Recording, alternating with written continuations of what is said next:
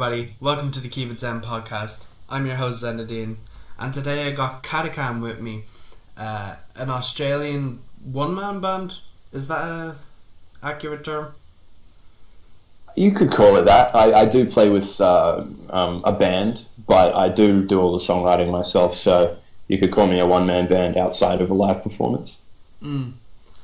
How often, is your band set, or do you mix it up from time to time?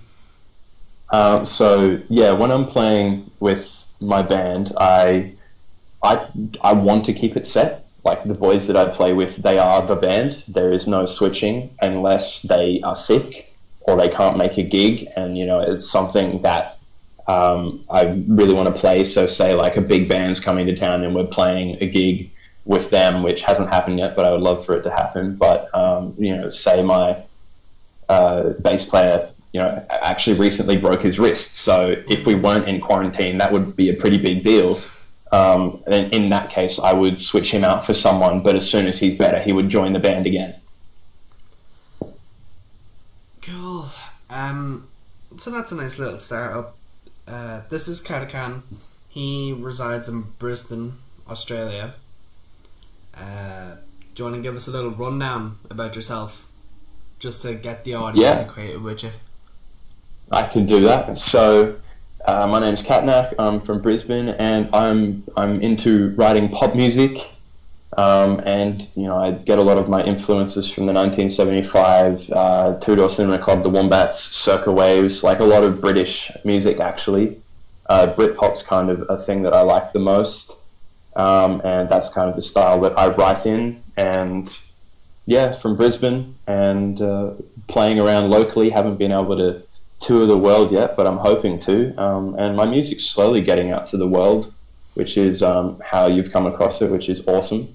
I wouldn't even say that slowly. All your songs have been released this year, at least I've seen on Spotify and YouTube, and you do have a solid fan base. I think you have 3,000 monthly listeners? Something like that? I think it was 350 at the moment, but there are a solid amount of listens on them, which is nice. Yeah, your name is getting out there pretty fast. Your marketing is really good. I really like your new song as well. Take Us Back, Yeah, Take Us Back. There was one thing about the song that I actually wanted to ask.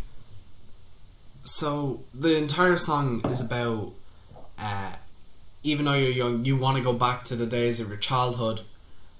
Yes. Was that the outset from the get-go? As in, did you write the song with the idea in mind, or did you write the melodies and such before you wrote the song? So with my songwriting, it's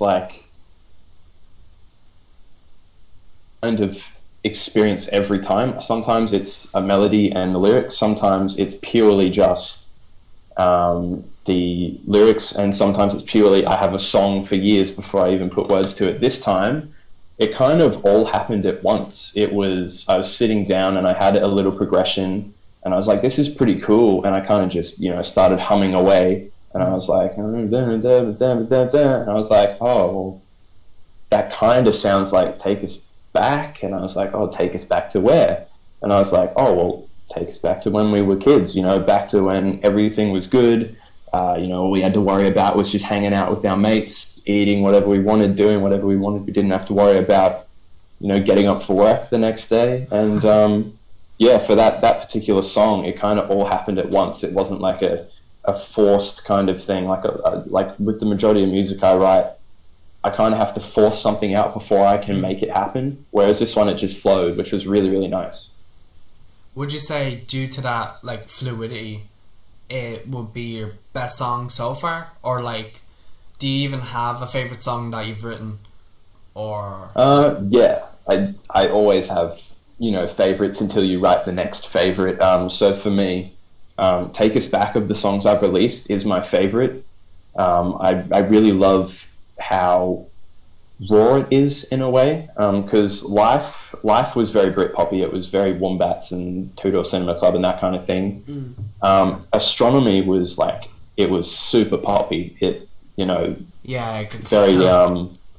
yeah, it was I wanted to, I like having a different kind of feeling for every song that I do. I never want to write the same song 8 times, which is kind of common when someone is starting writing music. You kind of like write a song, but then you write the same song like 8 times. And I don't want to do that. So every song that I write, I try to give it a different feeling, which I think I've achieved so far. And yeah, so Take Us Back is my favorite because the energy is there. All the other songs, they're kind of like a vibe and you bounce to them and it's nice, but Take Us Back is really driving and that's my favorite part.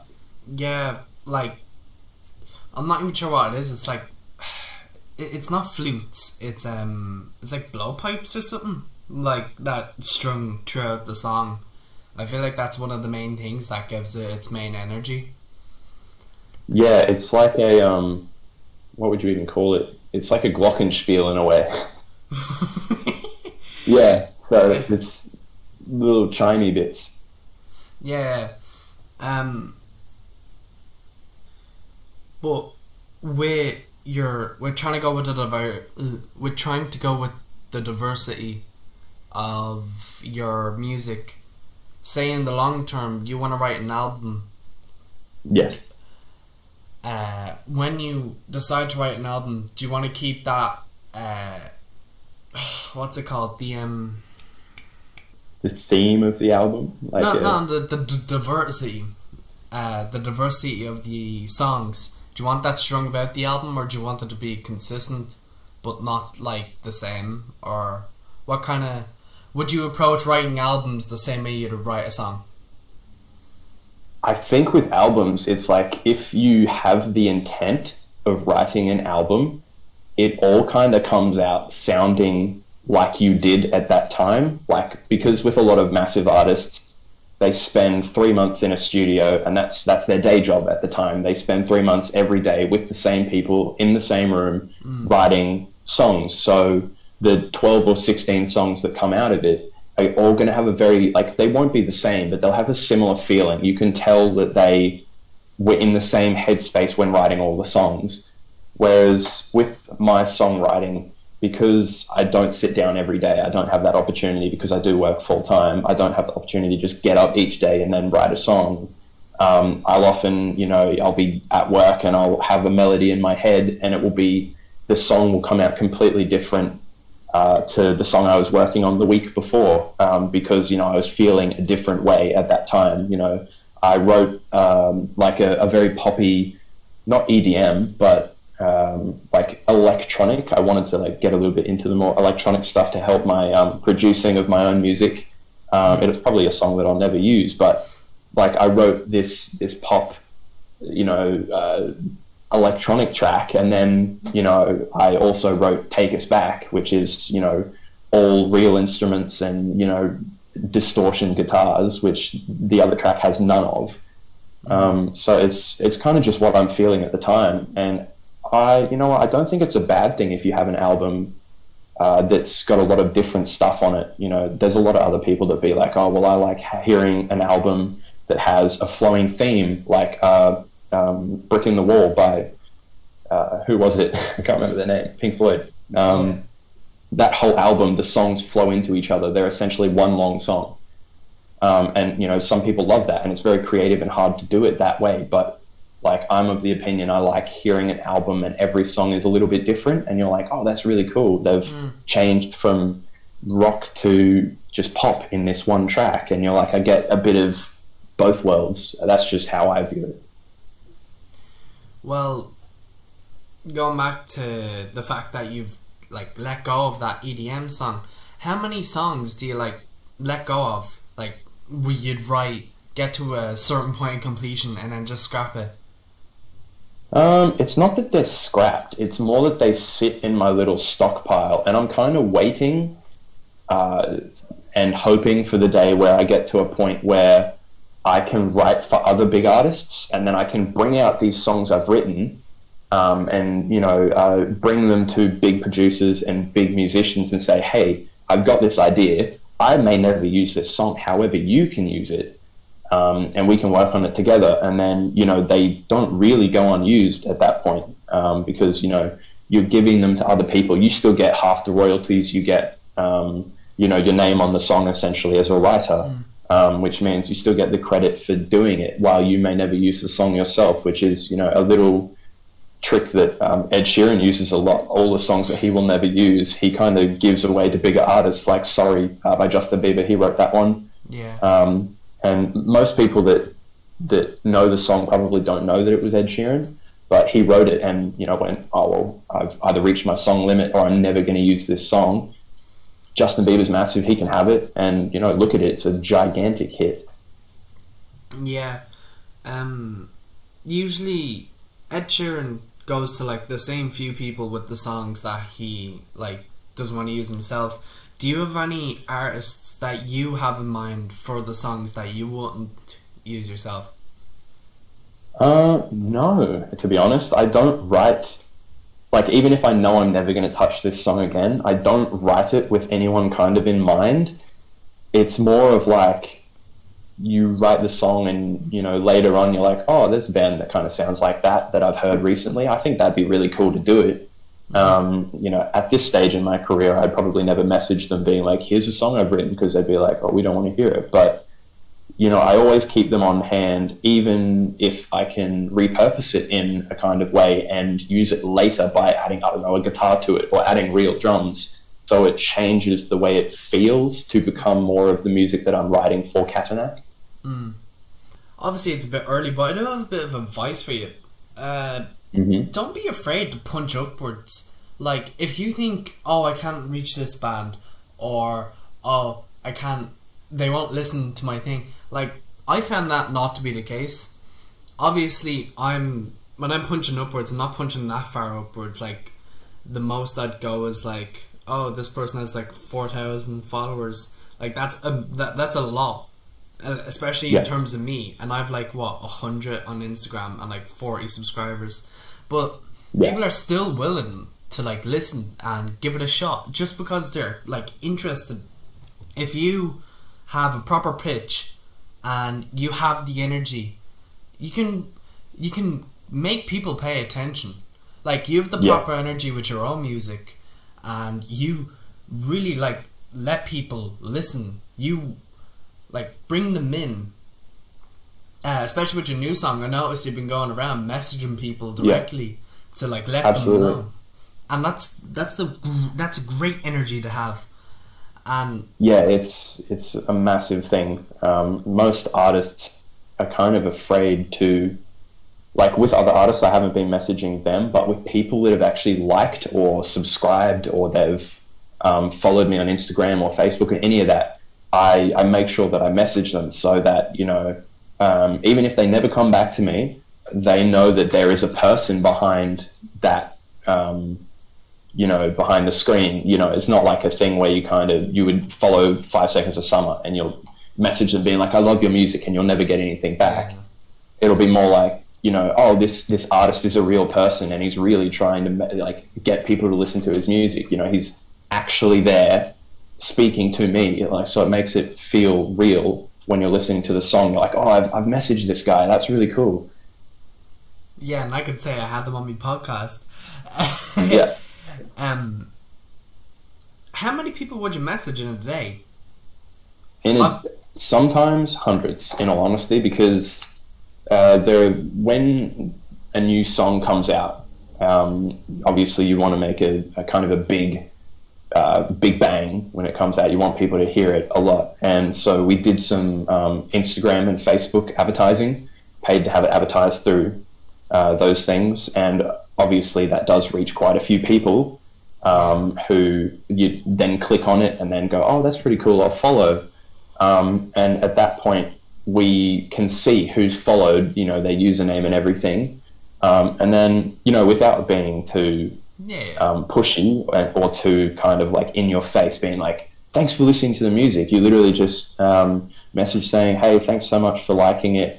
If you could please follow on Spotify, it'd be awesome if you could, follow us, because then you can hear about when I'd release something next. And of the 100 messages we might send out in a day, it you know, 10, 15, 20 will come back, but they'll be genuinely like surprised, and that a person is behind the screen. They're like, oh, you know, we didn't think anything would come of liking the thing. So, you know, they feel the human connection when you go, you know, thank you so much for genuinely actually listening to my music and following me. It'd be awesome if you could just follow on Spotify because it really helps me out. And they're like, absolutely, I will, because, you know, you're a person and I can respect the grind. I was actually really surprised as well, because I was planning to message you for you to come on the podcast, but you ended up messaging me first, and I was like, oh my god, this is great. This makes things so much easier. I also respect the hustle, I guess. So with that, how much growth would you say you're experiencing since the release of your new song? Quite a lot, actually. I will say that it's been going up and up, which is really awesome. Before we released Take Us Back, I think we were on, let's say, I'm just going to say 120 to 150, you know, followers on Spotify, which is, it's monthly listeners, sorry. No, not monthly listeners, followers. Which is, it's not a whole heap. It's still quite a bit for a local artist, but not a whole heap. And we've jumped up to 350, which is really, really awesome. And a lot of that is through the messaging.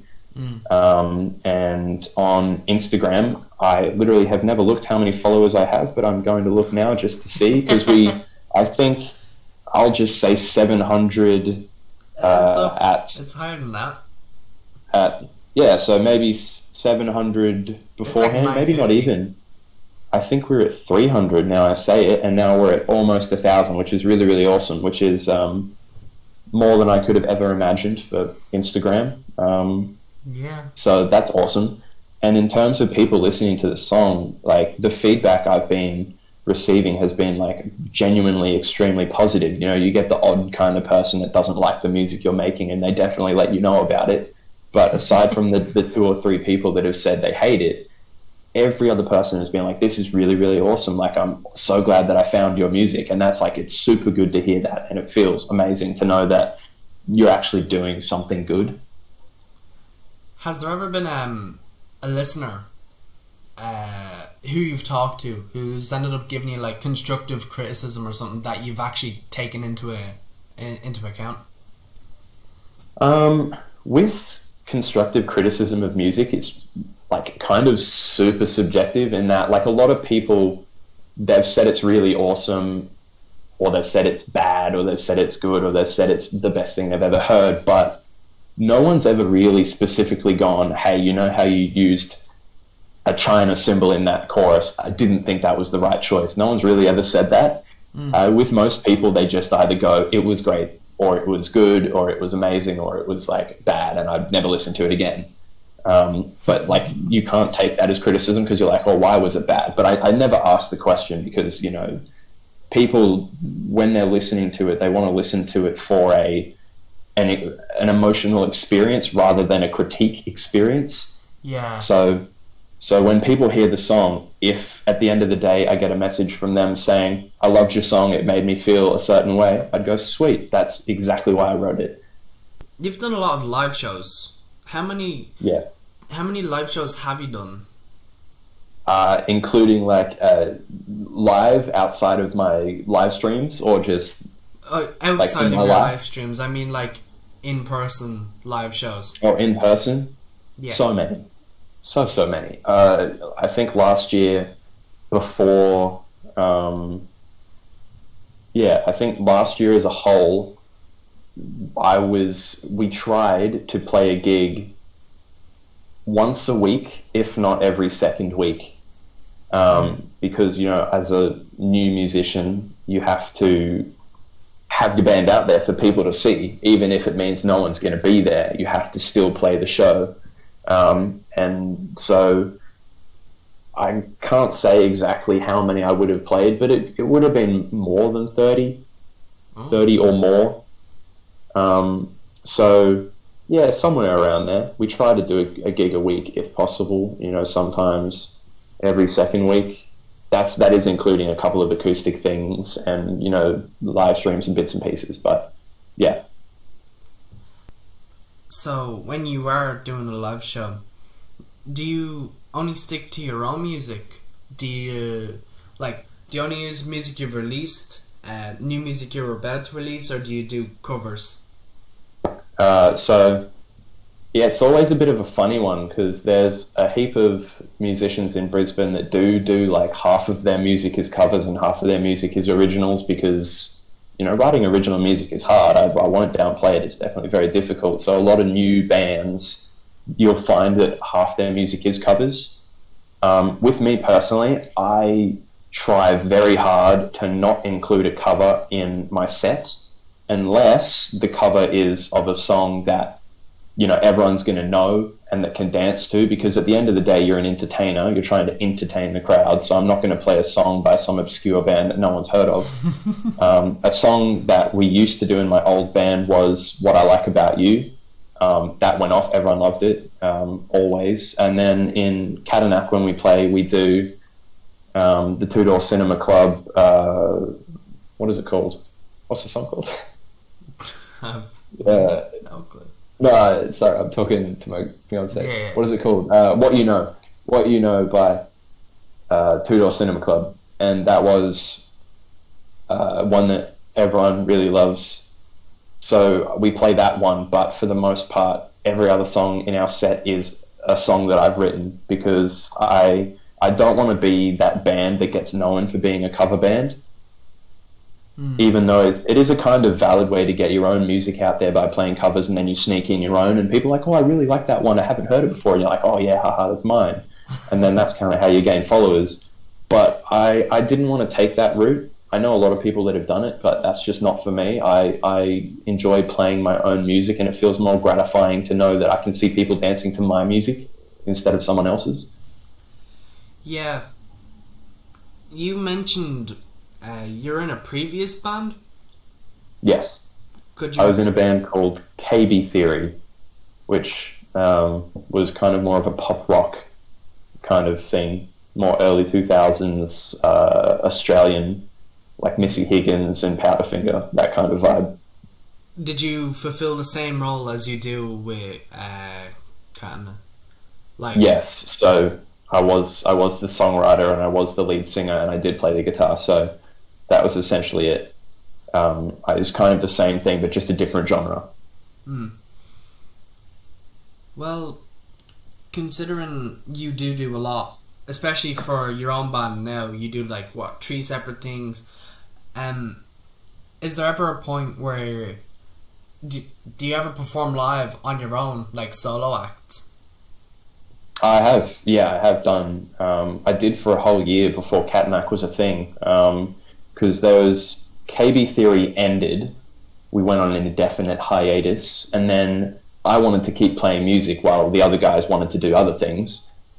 So I played semi by myself, and with the drummer, who also wanted to keep playing a little bit of music, and we did acoustic stuff. He would play the cajon and I would play the guitar. So technically it was kind of my thing that he joined on to. But so I did do a lot of acoustic stuff for a year. We even got as lucky as to play with Pete Murray and Garrett Cato, who were 2 really big Australian artists. So we got to play in front of 2,500 people, which was awesome, doing our acoustic show. And then after that was kind of the point where I was like, I am confident enough that I can really do this Katanak thing, because I'd been sitting on the idea of doing a pop thing for years, actually. And after we played that massive show, I went, no, I've just entertained this many people. No one's booing me. I really do think that I can do this now. So that's where Katanak came from. I went, it's time, and I'm going to start releasing pop music, because that's kind of the stuff I really enjoy listening to. Yeah, your voice is very suited for pop. Obviously, anyone can manipulate their voice, but I feel like your voice is naturally suited for the type of music you make. Yeah. For example, of the opposite, the first band I had on here, Emily 7, the lead singer Kyle really changes his voice to get the aesthetic of like the roughness of the track, but like you don't need to change your voice at all. You just like it's just your normal singing voice, but it's still like do you like write the I don't want to say do you write the melodies around your voice, but like would there ever be a case of you have a melody, you have a song, and you feel like you have to change your voice at all?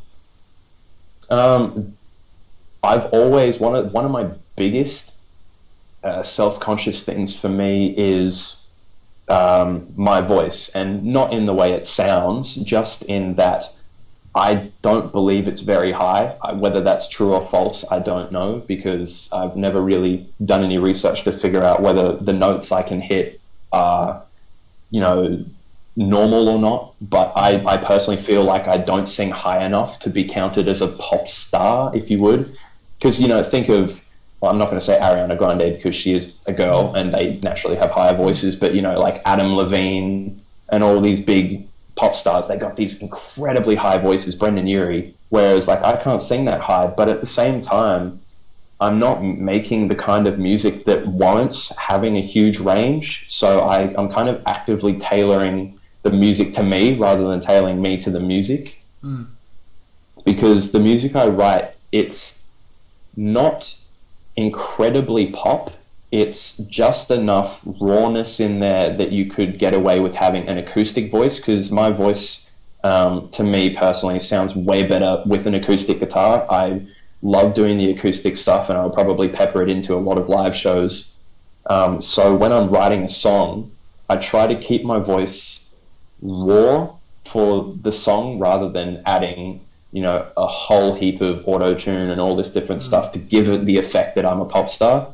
Like, excluding Astronomy, which has a vocoder on it, but that's not auto-tune, that's the vocoder. So when you're writing, like when you want to set down a melody and you want to make sure, okay, this is the thing I'm going to go with, do you like write the melody out on like music software, or would you perform it on like an acoustic guitar, or like what is your setup? What is your setup technique? For songwriting, all music actually, if I'm being real, I use Logic, which is my DAW of choice. It is fantastic. I will stand by this product till the day I die on songwriting, because back in the day, let's just say the 70s and 80s, where having a band around you was the way you would songwrite. You would kind of bring a song to them and you would play it all together. But it's not feasible these days, because being a musician, unless you're paid a lot of money, is not something you can do every day.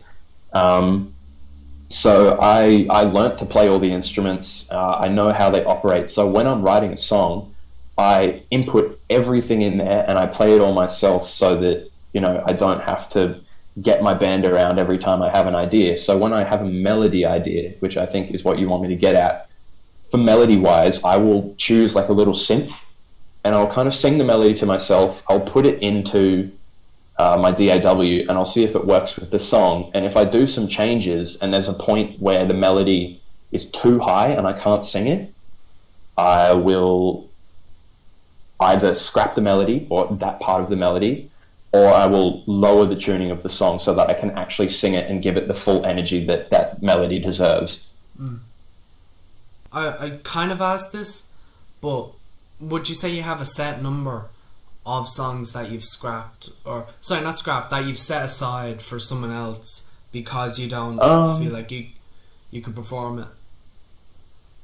Like, if with the songs I've set aside, oftentimes they actually don't have words to them, because with me, my personal strength in songwriting is actually the music behind it, the bed or the instrumental. Lyrics and a melody are really, for my kind of songwriting and the way I do it, it's always the last thing I do. 80% of the time, words and melody come last. I want to make sure the song is perfect before I put words on it, because why would I write great lyrics to a song that I only half like and is not really that good, because I'll never end up using it. So I like to make sure that I write the song first and have the song completely finished, and I go, that is awesome. Now it just needs incredible lyrics. So with songs that I put aside, oftentimes they don't have words, which means they're kind of, I can do anything with them. And it's not because I can't sing them or I don't think I can perform them. I could. Would it fit with the direction I'm trying to go? Would people be too weirded out by me having an electronic song in a band that's not super electronic? Maybe, maybe not. I probably might even use that electronic song at some point. But oftentimes the songs that get put aside are because I go, it's not really a direction I want to go in. I like it. I've written it. It's cool, but I probably won't use it. Considering the fact that that you work through the melodies and the music before the lyrics, are you aware of much like music theory and music knowledge? And if so, does it help in the songwriting as much as you expected it would? Here's the kicker. I know zero music theory. None. All of this is like kind of just, I'm not going to say natural kind of feeling, but I've been working on it. I've been like playing music since I was, let's say, 5. Like the 5 was the first time I picked up a guitar, and I'm now 23. So I've had a long time to kind of feel the music. So when I'm writing a song, I don't sit down and go, okay, well, my first chord is a G, so I need to go up to the 5 to make sure that, I give this kind of feeling, and then I'm going to come back at the end with some major 7th, so it sounds really cool. I literally just play a bunch of chords, and I'm like, oh, that sounds pretty cool. I'll write something with that. And then I sit down and I just play, and like on a guitar, which is my main instrument, I can play everything else, but my main songwriting happens on a guitar. And I've been playing it long enough that without any music theory, I just kind of know the shapes and the positions that I need to be in to work in the scales that I'm playing under for my songwriting without even knowing. Because if you pointed to a part of my guitar and went, that 3rd fret, 2nd string in, what note is that? I couldn't even tell you if you gave me 20 minutes. But it's just one of those things where I've been doing it so long now that I can just sit down and do it. I wouldn't be able to explain it to you, but I could do it. And it's muscle memory at this point for me. So with songwriting, all of that, it's just kind of, it's become natural. I definitely didn't start natural. It was super hard when I first started writing back in 2013 was, I think, the first song I ever wrote. And it was garbage. It was horrendous. And I've definitely come a long way since then, and it's become muscle memory. So you've been making music for 7 years then? Yes. And not music you would have ever heard, but yeah. I've been making it, yeah. And how long were you with that last band? 3 years? 3 years I was with them. 3 or 4. Would you say it was particularly, like, did you have an audience when you left that band and started Katanak? I can't even say I had an audience when I was with the band, but it was one of those things where I don't know about Ireland, but in Australia, the genre that we played in that band, it was not popular at all. In terms of what was going around Brisbane at the time. Brisbane still is punk and reggae, of all things. That's what's massive in Brisbane, which is why it's been so hard to kind of establish myself in the Brisbane scene. Because as you can imagine, pop is not something that people that listen to reggae or punk really want to listen to. So it's been a difficult process. We're slowly getting there. But, back when I was playing the pop rock that I was playing with, which is like Pete Murray and Missy Higgins and Powderfinger, for any one of your listeners that knows who they are, awesome artists, but they were early 2000s, and people just weren't really listening to that anymore, at least in the precinct that we play live gigs in. because, after we broke up, I had a heap of people come to me and be like, oh, I love KB. How come you guys aren't around anymore? I'm like, oh, I didn't see you at any of the gigs. We need you out there to help. So it's kind of like the catch-22. They want to help you, but they don't want to be there. So, like, while the music was still good, I loved what I was writing. It just wasn't going anywhere, and that's kind of why we ended up taking a hiatus, because the band was like, this is not moving at all. So we just kind of stopped. See, your new music really, it doesn't really strike me as like live music. It, to me, it gives off the vibe of, oh, this would perform very well on like radio over here in Ireland, but it wouldn't perform that well live, if you get me. Like, because live it's like super, super high energy, with a few like slower songs here and there. But if this will probably be played on the radio like 4 times a day per radio station, because our radio isn't very good. Nothing against your song, but like they don't have that many of the songs. Yeah. If your song got over here to a radio station, it would be played for sure. I better look into that then. What? I better look into that then. Yeah, like, the thing is, with your music, when I hear your music, I don't think, oh, this is definitely from an Australian, this is like Brisbane, true and true. Like, I was like, this is just some good music. Like, I could imagine, like, this could be good anywhere, if you get me. Like, it's more like international friendly. Yeah, it was... I would not say I identify as a Brisbane artist in that way, because the music I write is not Brisbane-esque. It's very Britpop, because a lot of my influences are British. Whereas if I was going to be influenced by anyone from Brisbane, I would not be writing in this genre. So, like, the way that I write music is not from a specific place, if you get my drift, because I'm getting influences from everywhere rather than just my specific hometown.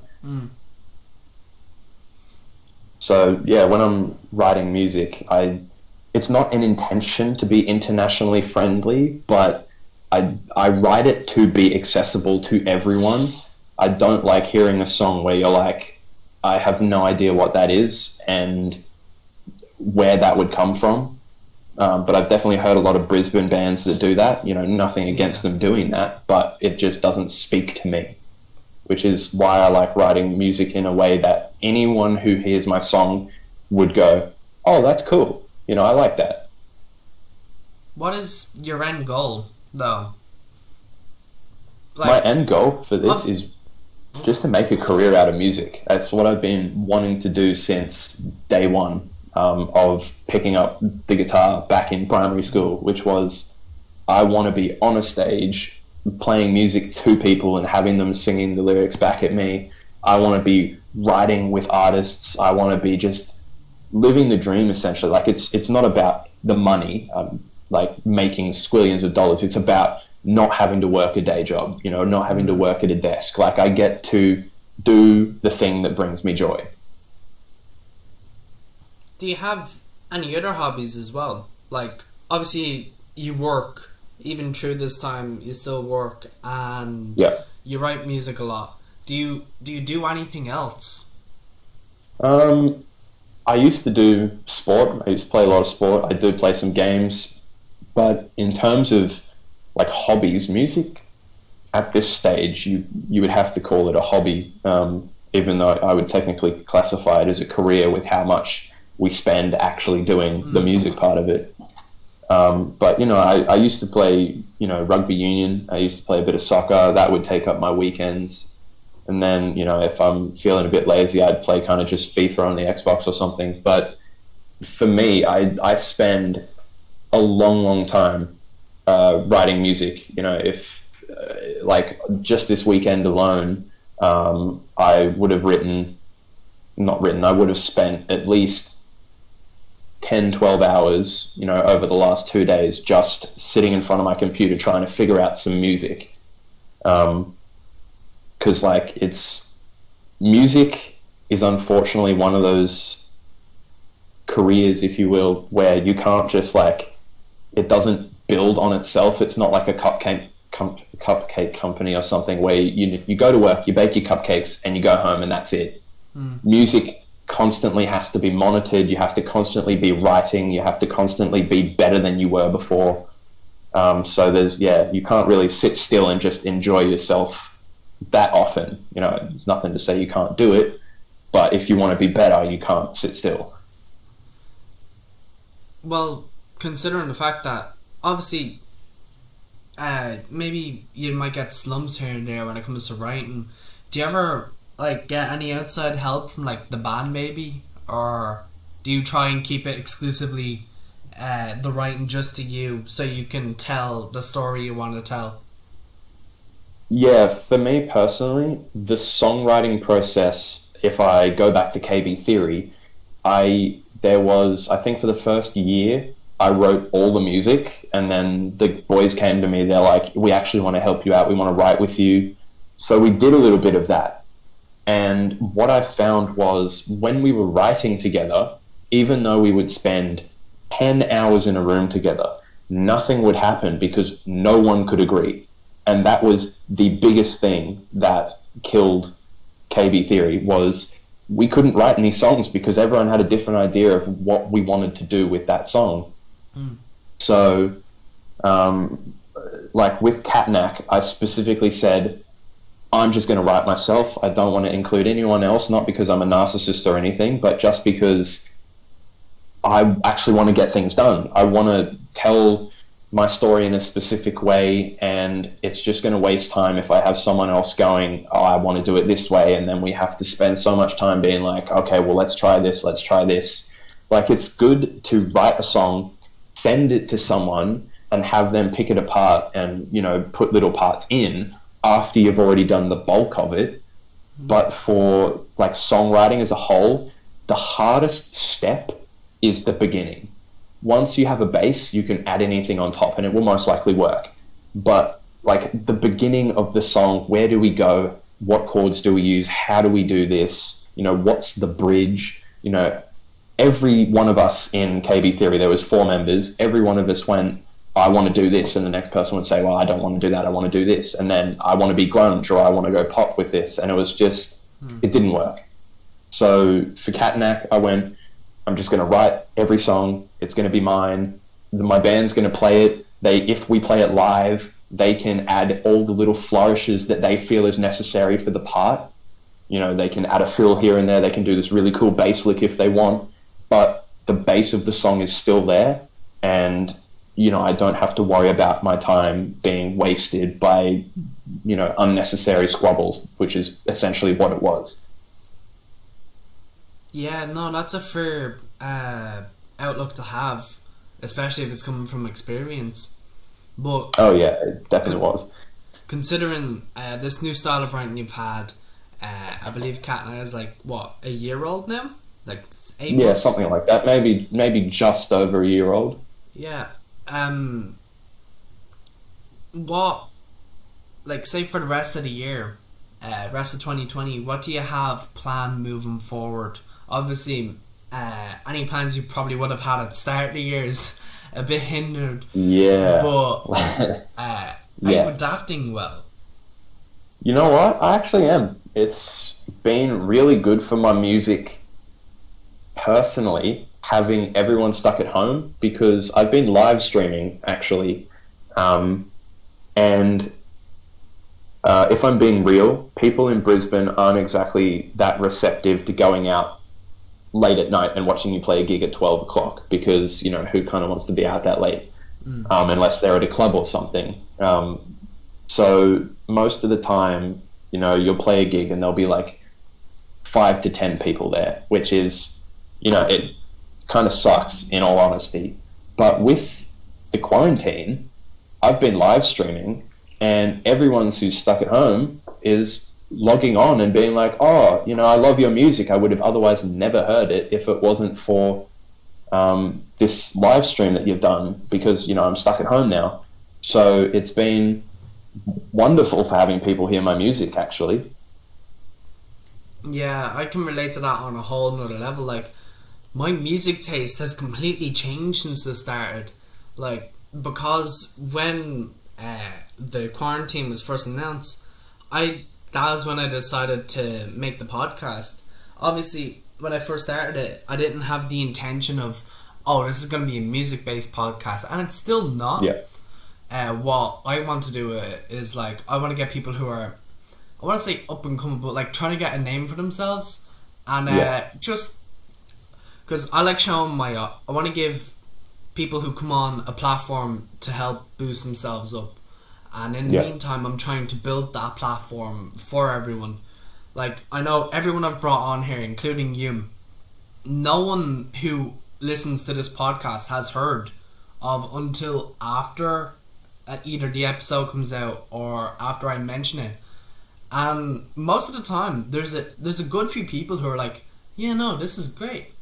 So, like, even though it's small, like, I am getting that bit of boost for the guests, which is what I wanted, and in return I'm also getting a boost. Yeah, it's great. Obviously it's a case of, like, because the thing is, I would have never heard your music if it wasn't for this. I wouldn't have heard of any of my guests aside from maybe Emily Seven, because they go to my college. But I'm really enjoying, like, all the, like, I'm even getting into poetry and stuff. Like, it's amazing what this is doing for everyone. Yeah, it's bringing out, I think, you know, aside from everyone losing their jobs and that being a really terrible part of this, that and the people dying from it, but it's given everyone that worked full time a chance to actually do what they like, hobby wise. You know, people can actually sit down and play an instrument that they've otherwise gone, well, you know, I'm going to be locked in for 6 weeks or 3 months or 6 months or whatever it's going to become. I might as well learn the piano or learn the guitar. And, you know, it's been good for a lot of people to actually sit down and do something other than work, which has been nice. I mean, it hasn't changed for me in the slightest because I still work as an essential worker, but you know, everyone else can just go, oh, I'm going to play music today, or I'm going to learn some magic tricks or something interesting that they would have otherwise never done. Yeah. By the way, I want to specify, the quarantine was what I was saying is actually pretty okay. The actual virus is not. Yeah. I just want to make that clear. Yeah, no, I don't support anyone dying from it. That's not the intention of the sentence there. No. Yeah, no. I can't believe I had to think about that for a second. You always got to be careful. You never know. It can always be taken out of context. Specify, like, who knows? I could have...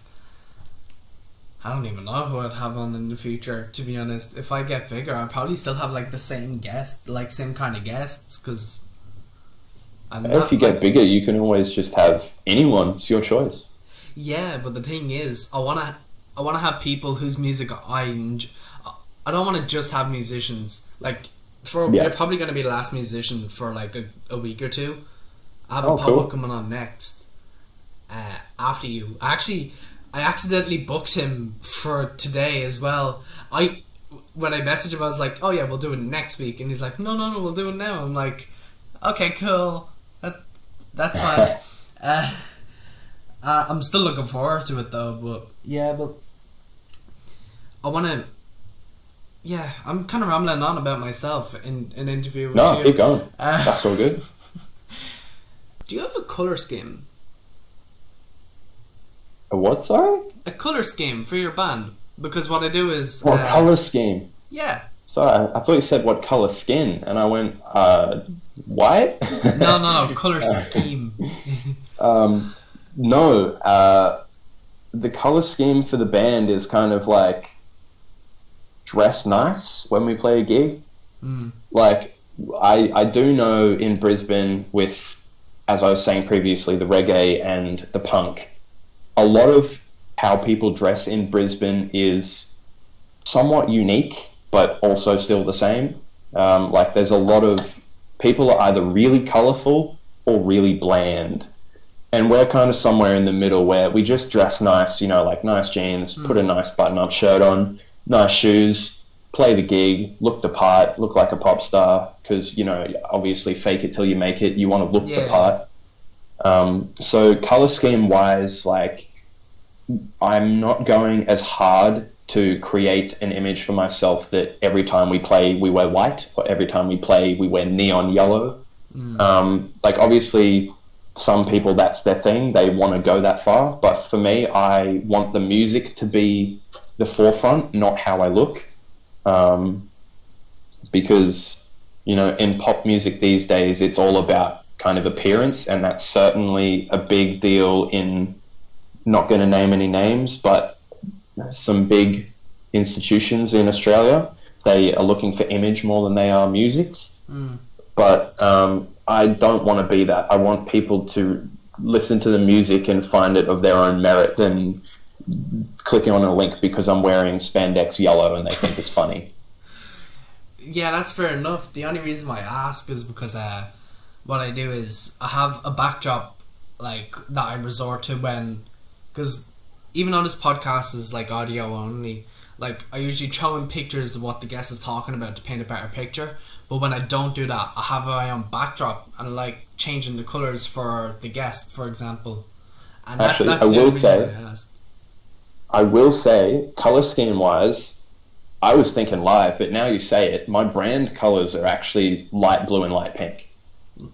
So live, we don't really have a colour scheme that we dress like, but for our brand colours, the light blue and the light pink are basically what you would see whenever you, think about Katanak, or whenever we promote anything. Those colours will always be part of the promotion. Like if you think about it this way, like when you think of Cadbury, that super deep purple is what you think of. That like it's a very specific colour, and they've patented or patented. I can't say the word. No, you're right. The first patented one. The colour. No one else can use that colour. So when you see that specific colour, even if the brand name's not there, you're like, that's Cadbury. And that's kind of what we do with the light blue and the light pink mixed together. Is like when you see those two colours, or even that, the blue by itself, you're like, oh yeah, that's Katanak's blue, or that kind of thing. So it makes you think of me. Even if you see a colour that slightly resembles it and has nothing to do with me, you'll be like, oh, the Katanak colour. So it's kind of good branding in a way, to have, something that stands out so people go, oh, I recognise that colour. Even if they don't know where it's from, they're like, I kind of know that colour.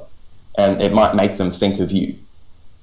Well, that's great, because that just gives me, like, the perfect colour scheme to go with. Yeah, so we've recorded for nearly an hour now. Do you have anything you want to shout out, or any last statements you want to give to the audience? I will just say I just want to thank you for having me on. It was awesome. Anyone that's listening, you can find my music on Spotify, Apple Music, Deezer, under Katanakmusic, which is Katanak music, and similarly you can find me on Instagram and Facebook under the same thing, Katanakmusic, Katanak music. Just keep it real and listen to my music, and it would be an awesome help to me. Thank you. I really appreciate you coming on. Thank you to the audience for listening. I know a lot more are listening for longer as well, so I really appreciate that. I see the analytics. I know people are more interested in this stuff. Anyways, this has been the Keep It Zen podcast. I'm Zenadean, and keep it zen.